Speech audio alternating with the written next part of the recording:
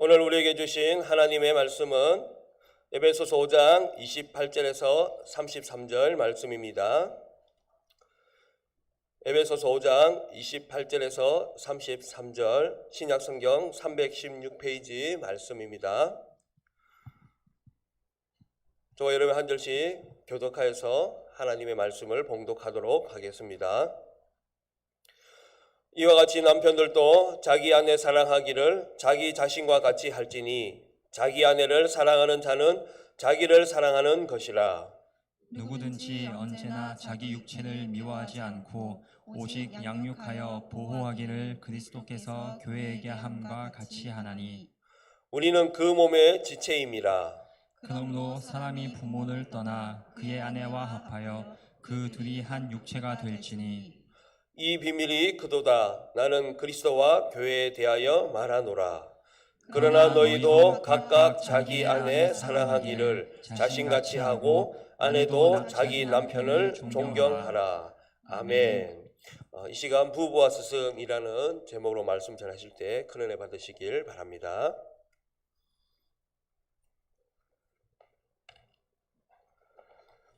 (5월은) 가정의 달로서 오늘은 부부, 교사의 주일로 섬깁니다. 그래서 오늘은 우리 가정 부부와 교사에 대한 부분을 중복되게 이렇게 말씀을 함께 나누길 원합니다. 이 5월달 들어서 코로나 화재, 경제란 이 가운데 하나님께서 특별히 보호하셔서 하나님의 건강이, 하나님의 큰 형통이 넘쳐나시는 모든 우리 연주교회 성도님들의 가정 다 되시기를 주의 이름으로 축복합니다. 하나님께서는 태초에 이 땅에다가 하나님 나라를 건설하기를 원하셨어요. 그래서 에덴에다가 가정이라는 최초의 기관을 딱 세웁니다. 남편과 아내라는 이 한 쌍의 부부를 통해서 하나님의 나라를 확산해 나가고 이 사랑과 생명이 넘쳐나는 그야말로 행복한 이 하나님의 나라를 건축하셨어요. 예수님께서도 이 땅에 오셔서 최초의 기적이 언제 일어났죠? 가나 혼인잔치예요. 결혼식, 가정을 그렇게 하나님께서는 귀히 여기시고 이 가정부터 회복시키시고 이 가정부터 하나님이 새롭게 건립하기를 기대하시는 거예요. 그런데 사탄은 이 뱀을 통해서 가정을 공격하고 흔들고 망가지게 하고, 요즘은 금혼도 생기고요. 그거 들어보셨어요? 졸혼. 졸도하는 혼이 아니고 혼인을 졸업한다는 거예요. 이러한 결혼과 가정을 방해하는 사탄의 속임수가 자꾸만 등장합니다. 우리는 행복하자고 결혼을 했는데 살기는 지옥같이 사는 가정이 의외로 많이 있어요. 그래서 예수님께서는 이 가정을, 하나님께서도 이 가정을 바로 세우시려고 우리에게 에덴 동산에다가 가정이라는 기관을 두시고 가나 혼인잔치에 그 결혼식을 축복하시면서까지 우리에게 이 가정을 세우기를 원하셨습니다.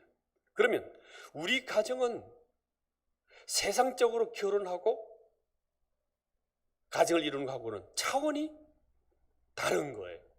유교적인 부분에서 말하는 것, 불교에서 말하는 그런 세상적인 철학의 어떤 이론하고 우리 기독교 성경에서 말하는 이 결혼 가정은 차원이 너무 다른 거예요. 이 결혼 속에는, 가정 속에는 큰 비밀이 있다고 말씀하고 있습니다.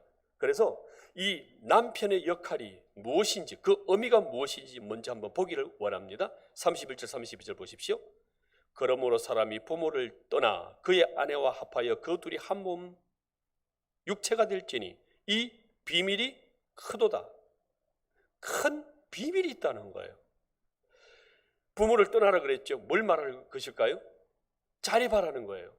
이제는 더 이상 부모의 간섭이라든지 다른 사람의 소리라든지 이런 것 때문에 이 가정이 흔들리지 않도록 남편이 독립된 가정으로서 잘 이 가정을 지키고 아내를 사랑할 수가 있어야 한다는 것입니다.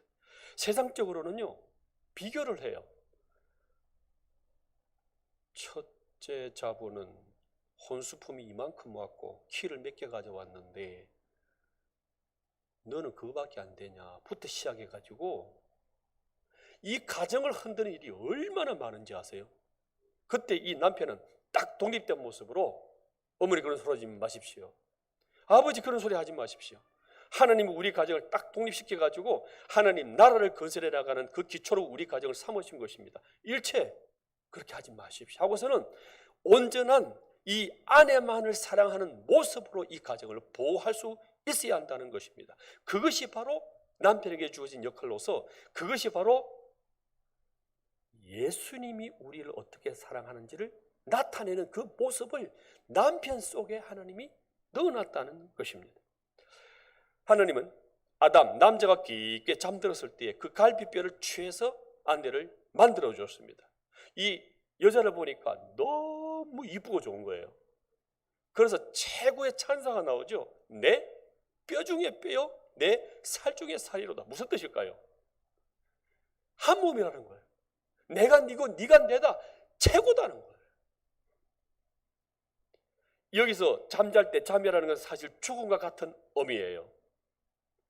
이 잠잘 때 죽었을 때 갈비뼈를 취해서 아내를 만들었다는 그 의미, 이 최초의 가정은 곧 예수님의 모습을 나타내고 있어요. 사랑하는 하나님 품을 떠나 천국을 떠나 이 땅에 오셔서 십자가에 못 박혀 죽으시면서 그 갈비뼈, 가슴뼈가 상하시면서 우리 성도, 교회 탄생시키신 거예요. 이 신부되는 우리 성도를 세워주심으로써 교회를 만들어 주신 거예요. 아담이 죽고 신부 하와를 만드셨던 것처럼 예수님이 죽어서 신부 성도를 만들어 주신 것입니다. 그래서 우리 신부되는 모든 성도에게 예수님이 누구신가, 예수님이 어떤 모습이신가, 예수님의 사랑이 어떤 것인가를 뭘로 보면 알 수 있느냐? 남편을 보고 알아가도록. 그래서 아내나 자녀들이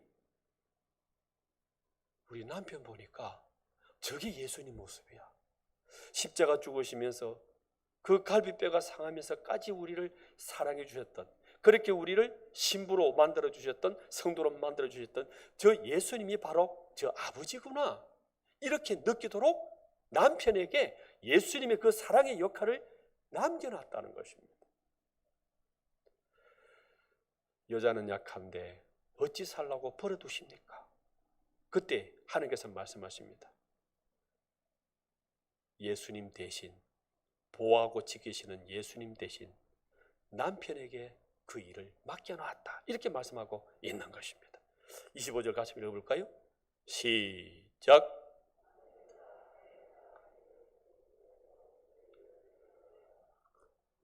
성도를 위하여 자신을 십자가 죽음에 주신같이 하라. 그래서 그 죽기까지 너희를 살리고 보호하고 인도하시는 그 예수님을 너 남편 속에 넣어놨다는 거예요. 그래서 남편들께서는요, 아하, 내가 이 가정에 예수님의 생명, 예수님의 사랑을 전가하는 그런 큰 역할, 대리자로서 세워가는 큰 자부심과 위치와 역할을 가지고 사셔야 돼요. 그러면 예수님의 사랑이 어떤 건지 한번 생각해 볼까요? 예수님은 우리 인간이 어려워서 사랑하셨어요? 잘 순종해서 사랑하셨어요? 죄인이고 거역하고 불의한 자녀들이었지만은 십자가 대신 죽음으로써 이들을 살리고 보호해 주셨던 것입니다. 아내가 죄인이고 성품이 불량하고 모자란다 할지라도 이 예수님같이 십자가 죽어지는 사랑으로, 십자가 죽어서 살리고 보호하는 그 사랑으로 아내와 자녀들을 사랑할 수 있어야 된다, 이렇게 말씀하고 있습니다. 아내가 결함이 있고 마음에 안 들어도 가정을 잘 해줄지 안 해줄지 잘 모르지만은 내가 할 몫은 사랑이라는 거예요. 잘하고 못하고 그 몫은 아내 몫이지만은 내가 잘하니 못하니 평가하고 심판하는 그 남편은 되어서는 안 된다는 것입니다. 예수님께서는 이 제자들에 대해서 실망했다든지 배신감 느끼지 않았습니다. 왜요? 처음부터 완벽을 요구하지도 않았고 처음부터 잘할 것이라고 믿지도 않았던 거예요. 애초부터 완벽을 믿지를 않았기 때문에 예수님께서는 실망할 것도 배신감 가질 것도 없이 그냥 사랑하신 거예요. 알고도 그냥 사랑하신 거예요. 죄인이고 모자라기 때문에 사랑하신 것이고 끝까지 사랑해 주셨던 것입니다. 왜요? 우리를 믿지 못하시고 완벽을 요구하지도 않으셨기 때문에. 그런 것처럼 우리도 아내에 대해서 실망하지 마시고 배신감 느끼지 마십시오. 왜? 처음부터 부실한 존재였고 완벽을 요구할 수도 없는 모자란 사람이었고 믿을 수 없는 죄인이기 때문에 사랑만 하는 거예요. 그 십자가 사랑으로 남편은 사랑해줘라 이렇게 말씀하고 있는 것입니다. 요즘 아내에게 매 맞는 남자가 많다 그래요. 참 이 60년대 70년대 경제산업화 이루면서 그 고생도 하고 대접 못 받고 이런 사람들이 남자 같아요. 20대에 왜 매 맞냐 하니까 아내가 외출 준비하고 있는데 밥도 했다고 맞는데요. 30대에는 왜 맞느냐? 아내가 외출하는데 어디가 매 맞는데. 40대에는 아내가 외출하는데 빼끔 쳐다봤다고 탁 맞는데요. 50대는요 외출하고 있을 때에 몇 시에 들어와 물어본다고 맞는데요. 60대는요 외출할 때 나도 같이 가면 안 돼 말한다고 맞는다는 거예요. 70대는요 남자가 외출했다가 들어와요. 그러니 또 따기를 때린대요. 왜 들어왔냐고. 80대는 아침에 자고 있는데 딱 때리더라는 거예요. 왜요? 이게 아침까지 숨이 붙어 있다고. 우스갯소리 같지만 요즘처럼 남편 대접 잘 받지 못하는 시대가 또 없는 것 같아요.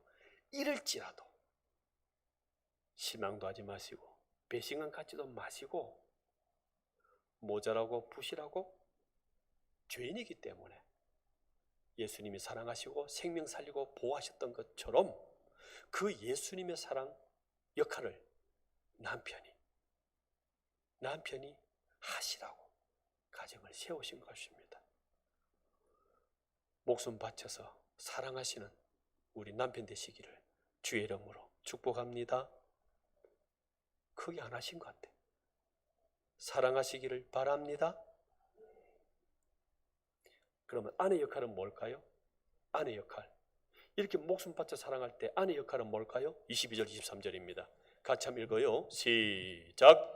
아내 자기 남편에게 복종하기를 주께 하듯 하라. 이는 남편이 아내의 머리 됨이 그리스도께서 그리스도의 그의 머리 됨과 같음이니. 남편에게 복종하는 것이 곧 예수 그리스도께 복종하는 표현이라는 거예요. 왜 남편에게 순종하고 복종이 되느냐? 너가 정말 창조주 하나님께, 생명 주신 하나님께 십자가 죽으시고 부활하셨던 그 예수님 앞에 순종하고 복종한다면, 그 안 보이는, 부활하셔서 안 보이는 예수님께 순종한다면 보이는 남편에게 순종해라. 그것이 아내의 역할이고 가정을 지으실 때의 하나님의 창조 질서 원리라는 거예요. 굴욕적인 복종이 아니라, 노예이기 때문에 복종하는 것이 아니라 예수 그리스도의 생명과 그 사랑에 감사하여 자원하는 복종으로 나가라, 이렇게 말씀하고 있습니다. 아내 입장에서 내가 남편에게 순종하면 어떤 효과가 있을지 따지지 말고 내 역할은 그냥 순종이라는 거예요. 그 남편의 얘기가 말씀 위배가 아니라면 아내는 마땅히 순종하는 그거, 복종하는 거기까지, 그것이 아내 역할이라는 거예요. 내가 순종하잖아요, 복종하잖아요. 그러면 남편은 기고만장해요. 그럴지라도 그 잘하고 못하고 그 심판은 하나님 몫이고, 순종에 있어서 주역은 나라는, 여자라는 거예요. 아내라는 거예요. 우리 아내분들 억울하십니까? 그 이유는 이거예요. 왜 아내에게 순종만 하라 그러시는가? 그것은요, 이 부실한 남편을 도우려 그러면 더 큰 능력자가 되어야 되기 때문에 그런 거예요. 큰 자가 작은 자를 섬길 수가 있는 거예요. 아기가 부모님 섬겨요? 부모님이 아기 섬겨요? 부모님 섬겨요. 큰 자가, 능력자가, 더 넓은 자가 섬길 수고 사랑할 수가 있는 거예요. 비교해 볼까요? 남자는 흙으로 만들었어요. 아내는 뭐로 만들었죠? 뼈로 만들었어요. 어떤 재질이 더 좋은 거예요? 흙보다 뼈가 훨씬 나아요. 여러분, 집을 지었다든지 자동차를 출시할 때 첫 것이 좋아요? 두 번째 것이 좋아요? 두 번째 것이 훨씬 나아요. 폰도 마찬가지잖아요. 첫 번째 것 만들게 되면 고장이라든지 손 못 본 데가 많아요. 부실한 데가 많아요. 그래서 리콜 당해가지고 또다시 수리해가지고 2탄, 3탄 새로 만들어주죠. 처음 만든 남자보다 두 번째 만든 여자가 훨씬 여러 면에 우수해요. 모든 면에서 다양한 능력과 우수하기 때문에 이 아내가 남편을 사랑하고 섬기고 도울 수가 있는, 돕는 배필이 될 수 있다는 거예요.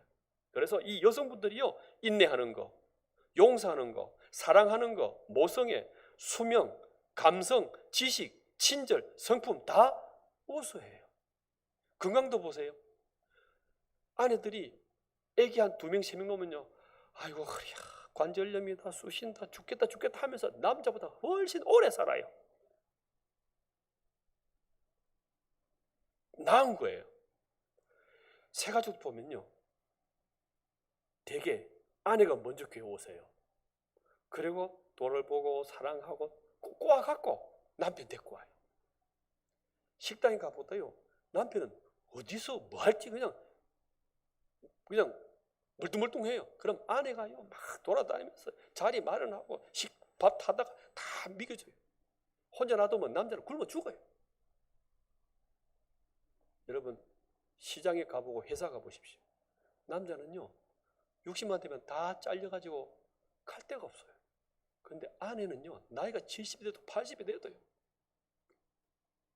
일하고 청소하고 그렇게 모든 면에서 다 뛰어나요. 탁월하고 풍부하기 때문에 남편을 무시할 수도 있어요. 그래서 하나님이 너 순종하라는 거예요. 네 머리는 남편이다. 너무나 풍부하고 충동적이고 역량이 많기 때문에 자꾸 엉뚱한 짓을 저지르고 딴짓을 많이 할 수 있어요. 그래서 하나님이 너는 남편 말 듣고 따라가야 돼, 이렇게 말씀하고 있는 것입니다. 남편은 사랑하시고 아내는 순종하는 아름다운 가정 되시기를 주의 이름으로 축복합니다. 그런데 이렇게 사랑하라, 순종하라 이렇게 말씀하게 되면 이것이 더 큰 싸움거리가 돼요. 왜? 싸우면서 이런 말 하잖아요. 그게 순종하는 거야? 그게 말씀대로 사는 거야? 네 예배 다니면서 예배 드리고 교회 다니면서 그게 뭐야? 그럼 당신은 그게 나 사랑하는 거야? 당신은 말을 귀등으로 듣고 있는 거야? 하나님 말씀이 오히려 이 싸움거리밖에 안 되는, 왜 이렇게 됐을 것 같아요? 그것은 우리 본성으로는 이 사랑을 하고 순종하기가 어려워요. 우리는 처음부터 이렇게 사랑하고 순종하는 것이 불가능했던 부패된 존재였었어요. 그래서 예수님 안에서 피차 복종하라, 그리스도 경외함으로 너희들은 복종할 수가 있어야 된다 말씀하고 있습니다. 21절 같이 읽어보겠습니다. 시작. 그리스도를 경외함으로 피차 복종하라. 너 혼자이면 처음부터 너는 못하는 존재다. 그래서 예수 그리스도 안에서 그 십자가 사랑 안에서 죽으시고 부활하시고 생명 주신, 용서하신, 그 인도해 주신 그 하나님 안에서 너가 믿음으로, 말씀으로 사랑할 수밖에 없다 말씀하고 있는 것입니다. 너는 각기 몸이었다. 각기 죄인들이었지만 예수 그리스도께서 죽으시고 너희들을 살려놓음으로 말미암아서 한 몸이 되게 했지 않느냐? 그럼 그 예수님 안에서, 말씀 안에서, 그 사랑 안에서 너희들은 사랑할 수도 순종할 수도 있다 말씀하고 있는 것입니다. 남편에게 만족 구하지 마십시오. 아내에게 행복 찾지 마십시오. 우리에게 행복과 만족을 주는 것은 오직 예수 그리스도밖에 없음을 믿으시기를 바랍니다. 예수님 안에서 그 은혜와 사랑과 그 행복감 속에서 젖어들게 되면 그때부터 우리는 도와줄 수가 있고 그 행복감으로 나눠줄 수가 있고 아내와 남편에게 사랑하고 순종할 수가 있는 거예요. 그래서 그 가정의 은혜, 행복, 사랑, 순종은 예수님 안에 있느냐 없느냐 여기에 달려 있는 거예요.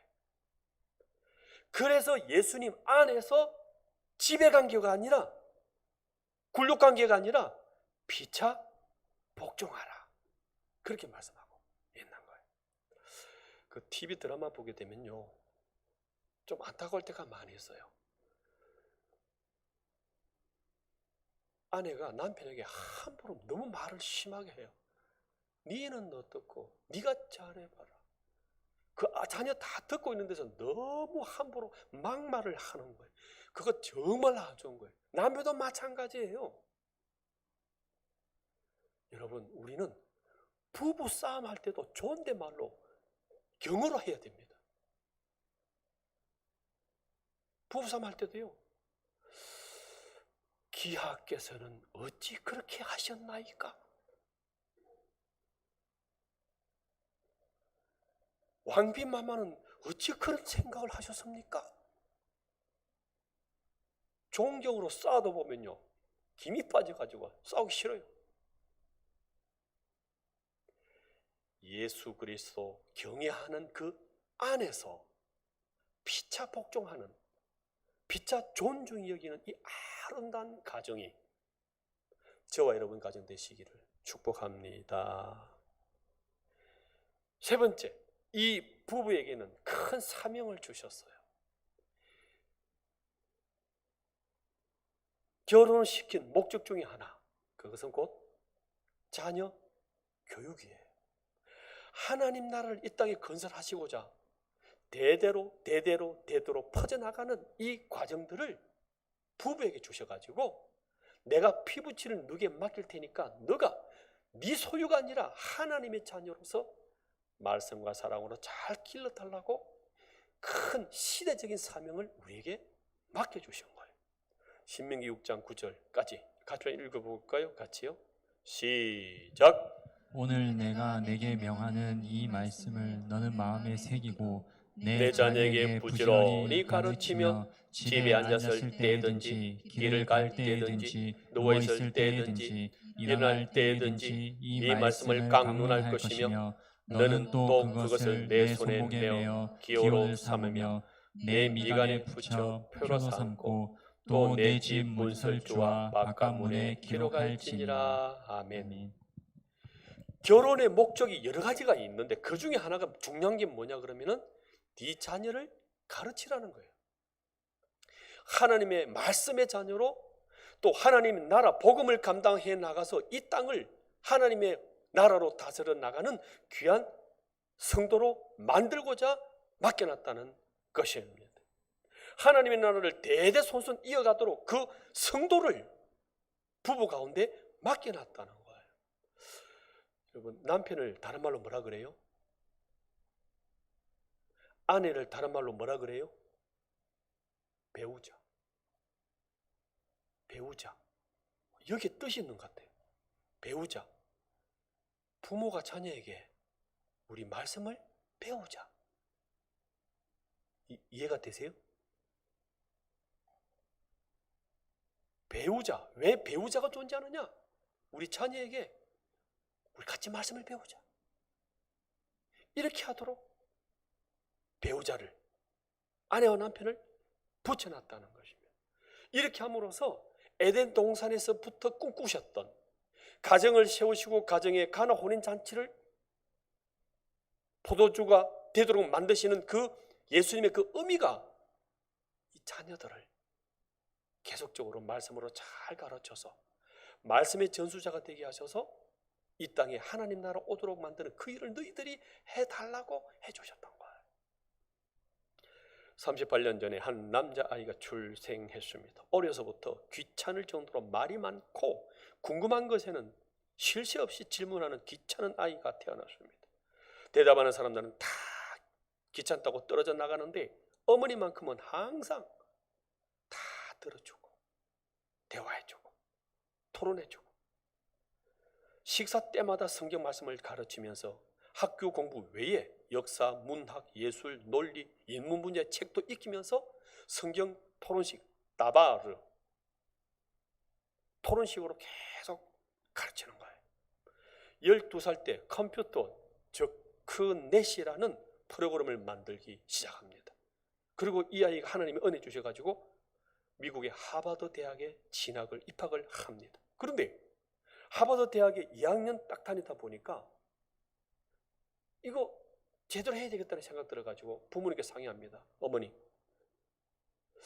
저 대학 그만두고 이 벤처 기업 하면 안 될까요? 하버드 대학인데 한국 부모 같다 없을까요? 학벌 위주.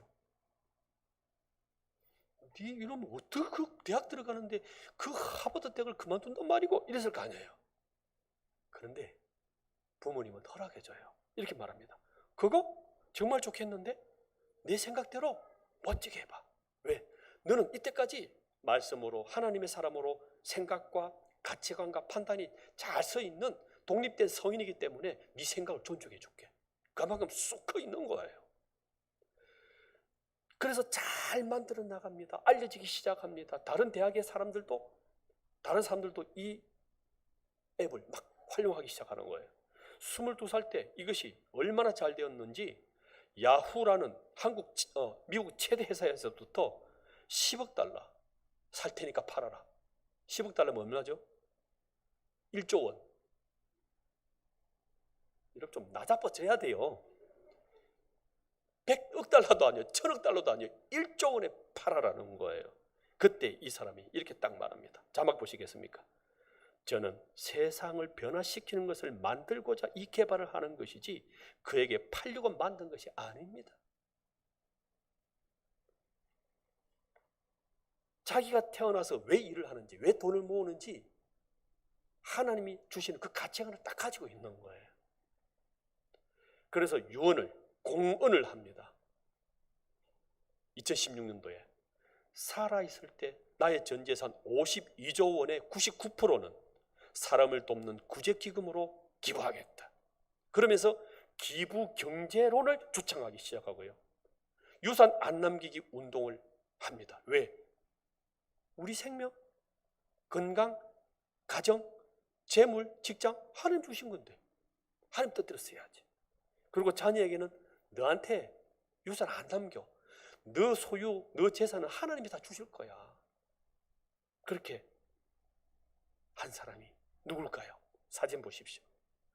미국의 마크 주크버거라는 페이스북을 만들어서 지금 빌 게이츠, 워런 버핏 등과 함께 세계 경제를 장악하고 있어요.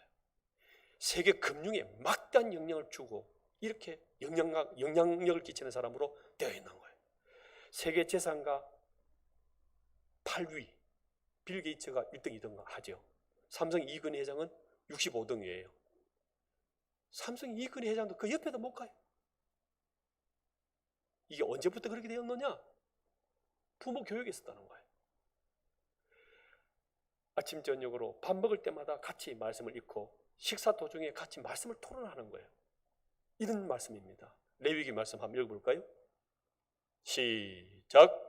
너희가 너희의 땅에서 곡식을 거둘 때 너는 발 모퉁이까지 다 거두지 말고 내 떨어진 이삭도 줍지 말며 내 포도원의 열매를 다 따지 말며 내 포도원에 떨어진 열매도 줍지 말고 가난한 사람과 그 어려움인을 위하여 버려두라. 나는 너희의 하나님 여호와니라. 여호와이니라. 이 말씀이 무슨 의미 같아? 추수하고 뭘 이렇게 얻었을 때 다 가지지 말고 남겨두란 말씀 같은데요? 왜 남겨두라 할 것 같아? 누구를 위해서? 가난한 자, 거류민? 거류민 누구일까? 이방인, 여행객들이겠죠? 그럼 이 거류민, 참 거류민은 진짜 따로 있대. 누굴까? 이방인? 거류민?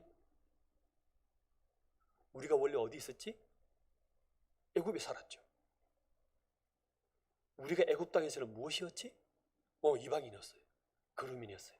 그래, 우리 인생 자체가 이방인이고 거류민이고 나그네야. 이 영혼들을 위해서 하나님이 남겨두고 베풀어라. 곧 뭘 말하는 거지? 구제를 말하는 거다. 이렇게 말씀 나누는 거예요. 그러면 너는 앞으로 추수하고 재물 모이면 뭐 할래? 마땅히 구제해야죠. 손해 가지 않을까? 네 건거에 돈이 쪼들지 않을까? 근데 말씀 봐요. 나는 말씀 어디 갔어요? 좀 오래 놔둬요. 다시 떼워져요. 나는 너희의 하나님 여호와니라. 우리 하나님이 지켜주시는 건데 아빠 괜찮아요. 하나님이 키워주시고 채워주시고 인도해주시는데 그러면 아빠 재산은 누구 거가? 하나님 거죠. 그래, 나도 기부할 거야. 나도 재산 남기지 않아. 유산 남기지 않을 거야. 다 기부할 거야. 왜? 하나님 거니까. 내가 너한테 유산 안 주면 네 소유는 어떻게 되지? 하나님 주실 거예요. 걱정하지 마세요. 그러면 지금 네가 할 수 있는 구제는 뭐라 생각해? 그게 째다카예요. 작은 저금통. 우리 지금 유치부에서 하고 있잖아요. 이는 째다카에다가 어릴 때부터 동전을 1,000원짜리를 넣어가지고 이제 이걸 주일 회당에 안식일 때 가서 예배 드리면서 헌금해서 구제금을 또 드리는 거예요. 이렇게 하다 보니까 그 말씀대로 살아가는 이 자녀, 말씀을 암송하고 말씀대로 순종해 나가는 이 자녀에게 하나님이 은혜 주시고 지혜 주시고 능력 주시고 그렇게 보호하신 줄 믿으시기를 바랍니다. 빌 게이츠, 주커버그 이런 사람들 한 말이 이래요. 하버드 대학 시험 문제는 내가 집에서 우리 아버지하고 토론하던 문제보다도 수준이 더 낮았다는 거예요. 말씀 가지고 토론하고 이거 나무 될까 안 될까? 우리 말씀 볼까? 이렇게 토론하고 나누고 했던 이 모든 것들을 체계화, 논리화 이렇게 말씀을 암송하고 토론하고 묵상하는 가운데 하나님의 그 지혜의 빛을 딱 주시니까 탁월한 자기 분야에 우수한 사람으로 딱 서 있는 거예요. 그래서 변호사, 금융가로 다 진출해 막대한 영향력을 발휘하는 사람이 되어 있는 거예요. 이런 교육을 누가요? 집에서는 부모님이, 교회에서는 교사가 하는 이렇게 귀한 것이 교사 역할이고 부모 역할인 거예요. 그래서 부모님을 귀히 여기는 거고 교사를 귀히 여기는 거예요. 그렇게 가르치는 셀리들 향하여 전도사님, 강도사님, 선생님을 향하여 귀히 여기는 거예요. 왜? 이 말씀을 주기 때문에 그런 거예요. 이렇게 잘 가르치고 전수하고 잘 받아들이고